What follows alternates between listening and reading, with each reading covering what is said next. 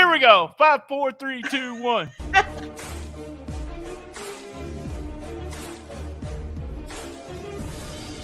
Here's Brian and Lance.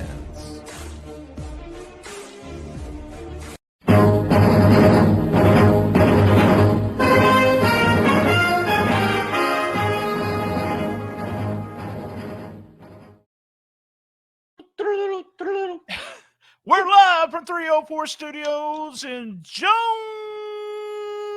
Arkansas. This is an STSpod.club production. I'm BT, and that guy over there, I know he's happy because at least the Bears won a game. Right here. That's Lance. Lance, let me just say something. You used one of the worst jokes ever in September. That's why I said, what the fuck?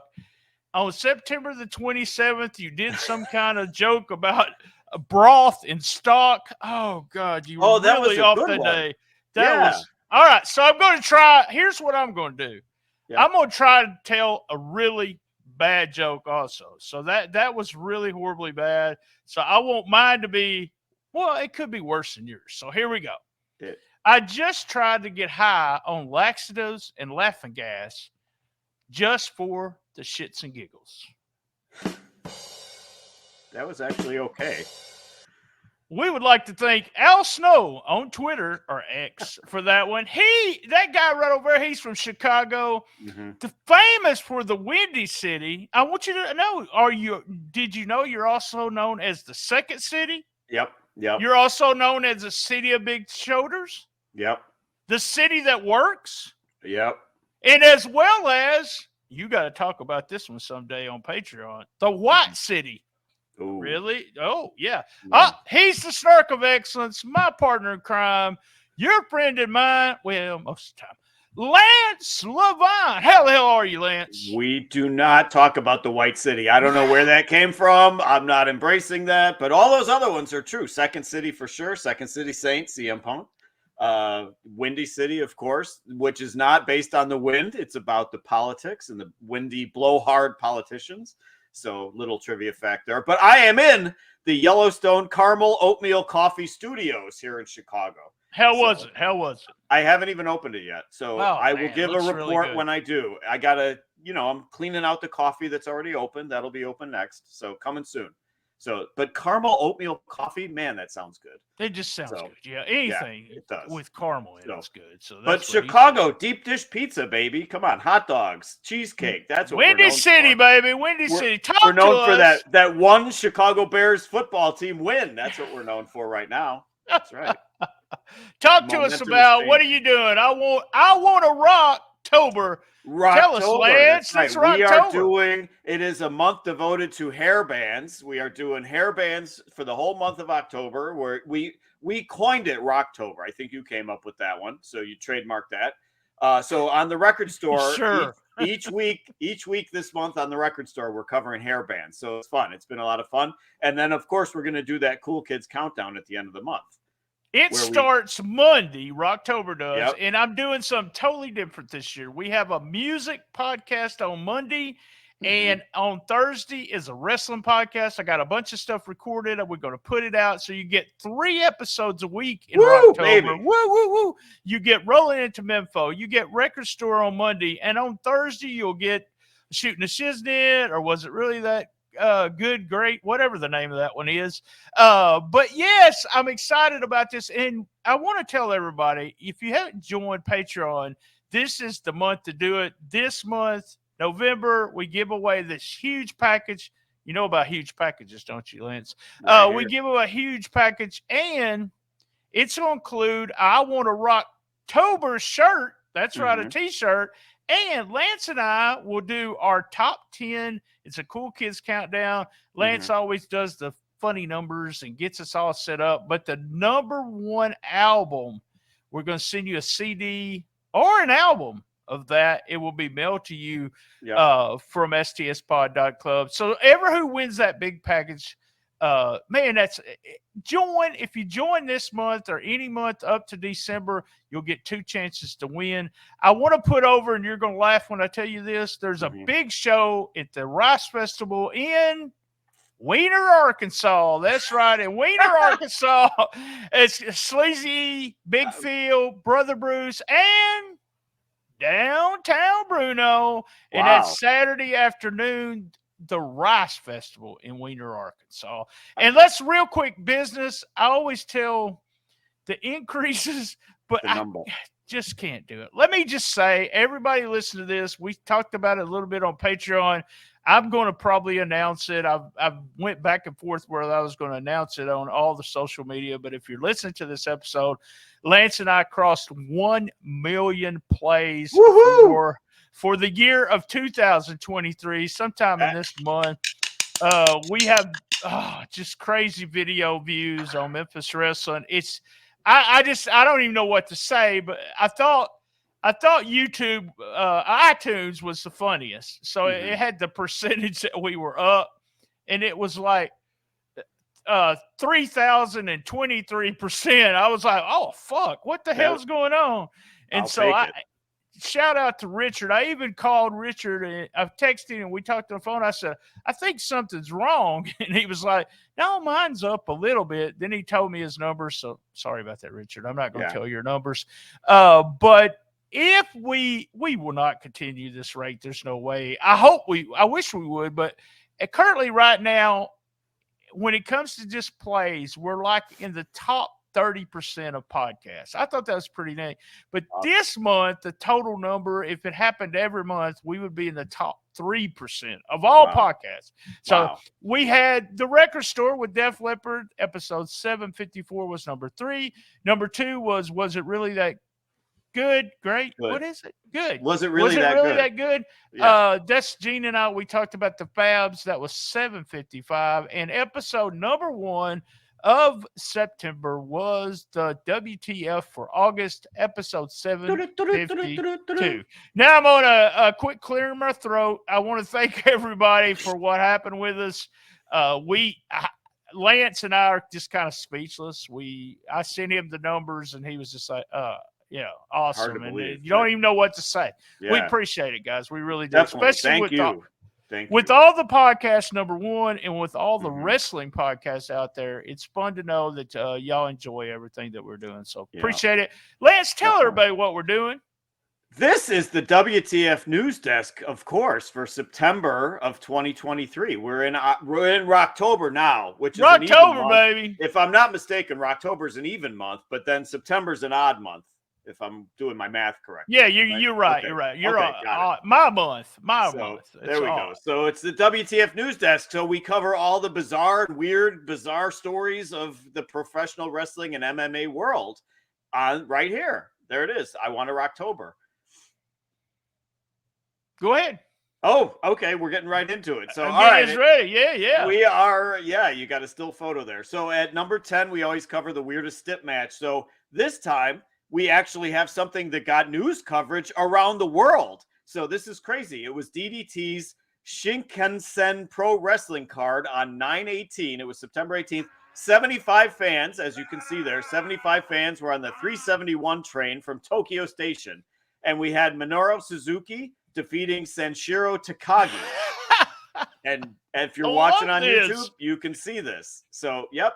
So we've got they're fighting literally on a train car, on a bullet train car. The Falls Count Anywhere was the match. So it got media play, like I said, worldwide. They showed some of it on TMZ. They showed it all over the place. So this was our number 10 match that we always do, the weird stuff that we find mostly in Japan, but elsewhere too. So this time it got coverage all over the place. And we got video. So if you're not watching YouTube, you're missing out because we have a bunch of, well, not a bunch, but we do have some video stuff this clips time. In the match. Look, here we go. He's going to hit it. The Gotch pile driver right between the fans in the aisle. There it is. If you're not watching, you're missing out. It is that. We do DDT every month, and then this gets so much. This actually got play worldwide. It got coverage. So Takagi boarded the train first, but there was no Suzuki. So what does Takagi do? He goes to the bathroom and takes a piss. So Suzuki boards at the second stop, and then they start brawling in the aisle, as you saw on the clip that we showed. So both sides, there's fans on both sides. Takeshi Masada boards at the next station, and then it's a 2-on-1 on Suzuki. But then Hikaru, or Hikaru, as Dasha would say, Hikaru Sato boards, and then it becomes even sides. So our good buddy Don Shaco Dino boards later on with an apron on serving ice cream. So they take a pause during the ice cream. The whole thing goes like 35 minutes. So there's all kinds of smoke and mirrors going on because they're on the train car. So Jun Akiyama boards, and now it's back to 3-on-2 again against Suzuki. So the match paused. A conductor gets on. He's checking tickets, for Christ's sake. Turns out to be we saw that in the clip too. He was checking. So Kenta Kobashi was the conductor, and he attacked Suzuki as well. So at the 35-minute mark of all this mayhem, Suzuki finally wins with the Gotch pile driver that you saw.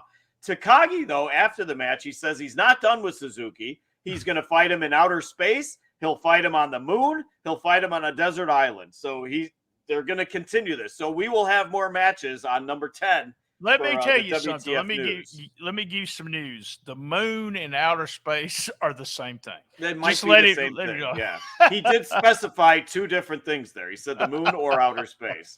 So maybe he means Venus or Mars. Who knows? I was so excited about being able to show the clip of something we talk about all the time. It's everywhere, so we was able to show it. All right, number 9. Let's hold on before we do number 9. You know what? I've tried my best to do soundboard stuff. So, you know, we have a soundboard. So, right before we say number 9, listen.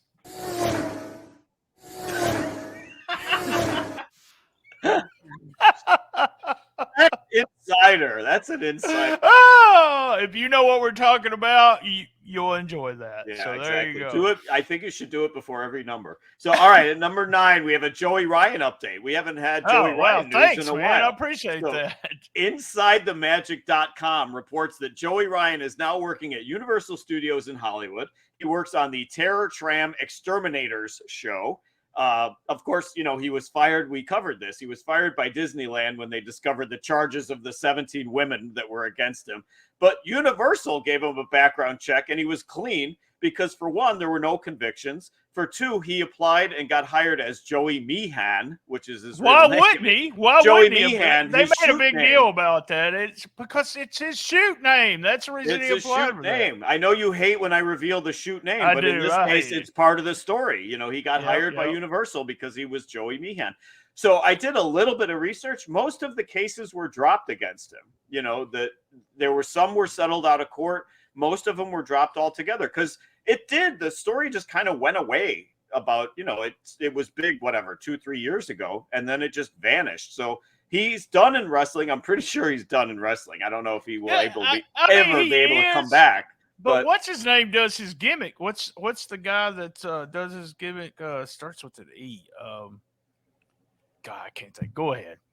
Anyway, so Joey Ryan update at number 9. So he's gainfully employed at Terror Tram Exterminators in Hollywood. So good for Joey. I would love to see someone there try to do a YouTube or a Reels or something. That might be something that we do. Me and Lance will go on vacation. But I'll have to go outside, won't I? You'll have to put on a different moo. What about pants? Saturday night moo? No, the moo is fine. That works. I do like the moo. All right, number 8, man. Number 8, we have Combat Sports Idiots. We couldn't go MMA Corner this time because it's not officially MMA. So Combat Sports Idiots. So we have model Nina Agdal, who is the fiance of Logan Paul, files suit and applies for a restraining order against Dylan Dennis, who is fighting Logan Paul on Saturday, on October 14th, on this Saturday. Oh, wow. Wow. Model Nina Agdal says that Dennis has posted despicable things about her 250 times since the fight was announced, and that she is suffering from, quote, humiliation, emotional distress, and reputational harm. So he posted, Dylan Dennis, who is fighting Logan Paul, posted 10-year-old sexually explicit images of Nina from a romantic encounter. So Misfits Boxing is promoting the show. They ordered Dennis to take it all down. He did. One clip that he posted had Nina saying, and this is a direct quote, "I am struggling. I need penis inside of me ASAP." And all I could think of was you say that most Saturday nights. It's Saturday night after 7. Yeah. I need penis inside of me ASAP. So she says her Instagram had been hacked, and that's where he got all this shit from that he posted. But he took it down. I'll shout out to Derek King there. It is the weekend on Saturday, so there you go. You can do whatever you want. All bets are off. So, and then our second combat sport idiot at UFC 293, we had Manel Cape and Charlie Radke, two fighters, both separately using the homophobic F word slur that we are not able to. I don't think we can say it. We can say it. We could say it. It's right. One of those things where part of this is, and I'm not making excuses for these idiots. They know they're not supposed to say something like that, but I bet they say it 100 times. Oh, in training, when they're around all the boy guys. Yes, exactly. Yes. So it is not the F word that you normally think of. It's the homophobic F word that they used on live TV. Both these guys did it on live TV. So Cape was supposed to fight a guy by the name of Kai Kara France, who pulled out of his fight because he was injured. He was concussed. So on TV, as he's coming to the ring to the cage to fight somebody else, he calls him an F as he's coming to the ring. And then Radke, after his fight, he was being interviewed by Cormier, also says the F word on live TV. Daniel Cormier is interviewing him, and he just pulls and walks away. So I thought that was funny. So they both later apologized. UFC and Dana, they're called on to punish these guys. Dana refuses to punish them. I figured Dana was probably busy slapping his wife or getting slapped by his wife or whatever they do in their spare time. So it's funny that UFC has a code of conduct for language, and yet this was not flagged. Like, what exactly is flagged? If that, what is banned? Like the N word, I suppose, is probably banned. What other words are banned if that one's not banned? It's hilarious. The stuff and we've talked since we started this. You said let's include the MMA guys because, Wrestling Observer, does MMA also and uses UFC, and that's kind of like let's do that. And I was like, no, this is wrestling, but I went with it, and I'm so glad I did because it gives us some great stories. A couple of idiots, and I just hate the stalking thing. The nude photos. Here's the deal with nude photos, and we've said this before. Don't take nude photos and don't send them to people if you don't want them shared. I'm sorry, but your guys share them with everybody that they want, and then also put them on the internet. So there we go. Nina, the internet is forever. That's what I gotta tell you. And Nina, she just needs some penis inside her. You know what? I don't know if you've looked her up. She is. I did. She's a butterface. To me, she's a butterface. She's not attracted to me neither. No, her face. There's something weird about her face. Great body, obviously. She's a model. And Logan Paul, good-looking guy. I'm just saying. I think the dude could do better. But anyway, my thoughts. All right, number 7. We got Big Show in big trouble, perhaps. So we got DEA agents who are investigating the Biogenesis Clinic and the steroid clinic that's been linked to Ryan Braun, linked to Alex Rodriguez. They also discover ties to Paul White, of all people, the Big Show. Or what is he called now? He's just called Paul White, I guess. Yeah, just Paul. No more BS. That's pretty We clever, call him PW, the insider. Yeah. So I'm like, wait, links to Paul White? Steroids? Huh? What? I don't get it. But anyway, Tony Bosch of Biogenesis says that his partner Ugi Velasquez was giving White PEDs. So Paul White says that the bio creeps were at his house once for a Thanksgiving. He acknowledges that they were there for Thanksgiving. But his attorney says that Big Show was clean. He did not use PEDs because PEDs would be a serious health risk for him with his size disorder that he lives with. But I'm thinking this is obvious. Paul White was the middleman. Like you always hear the stories about, Vince received him and gave him to Hulk and Hulk got it, whatever, all the different permutations of that. So I'm like, yeah, I don't think Paul White ever used PEDs, but I could easily see Paul White handing him off to somebody else, allegedly. So Paul White, Big Show in big trouble at number 7. I disagree with you. There's a time during his career where he slimmed down and got some muscles in places that didn't take very long to get them. Steroids, there's different versions of steroids. They help you cut. They help you do mass. It's not always, testosterone. It's other stuff. Apparently, the big thing now is HGH, which is very hard to test. The NFL guys use HGH a lot. Allegedly. Allegedly, and I know this is going to surprise you, but baseball has still got some steroids in it. I know it's surprising. I'm sorry. I didn't mean to. I didn't mean to mess you Allegedly. up, but allegedly.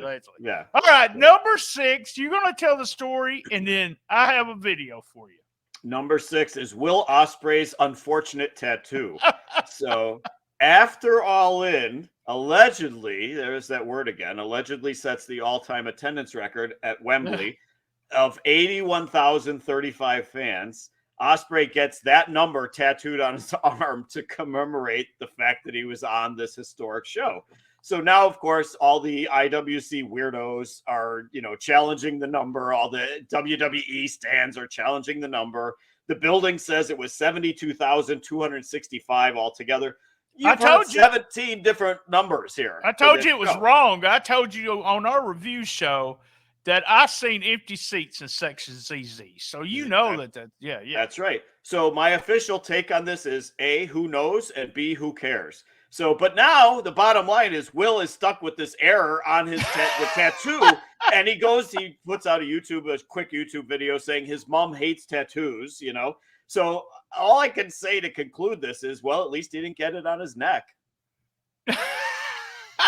So as much of a Cody fan as I am, he didn't get it on his neck. As much as a Cody. So listen, this is my song to Will Ospreay. Here we go.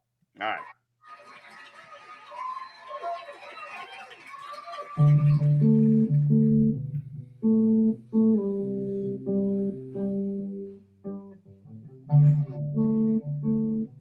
My drums.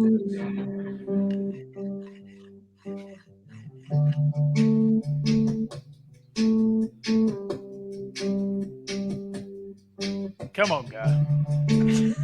Today. Butterflies sitting on a dolphin's fin, unicorns jumping over rainbows. That little whoopie blue guy, I don't know his name. Treble clef, poppy, yin and yang. Tasmanian devil, looking all bossy. You can tell he's the boss because his arms are crossed and he's got a backwards baseball cap. These are just a few of your dumb tattoos.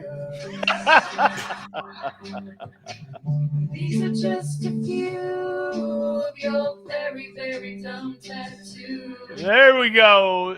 Dumb tattoos. Oh my God. If one extra person happened to walk in the arena, that number has become, completely preposterous to get that tattoo. I agree 100%. All right, it's time for the commercial break. And y'all know at commercial break, we actually go off of Facebook.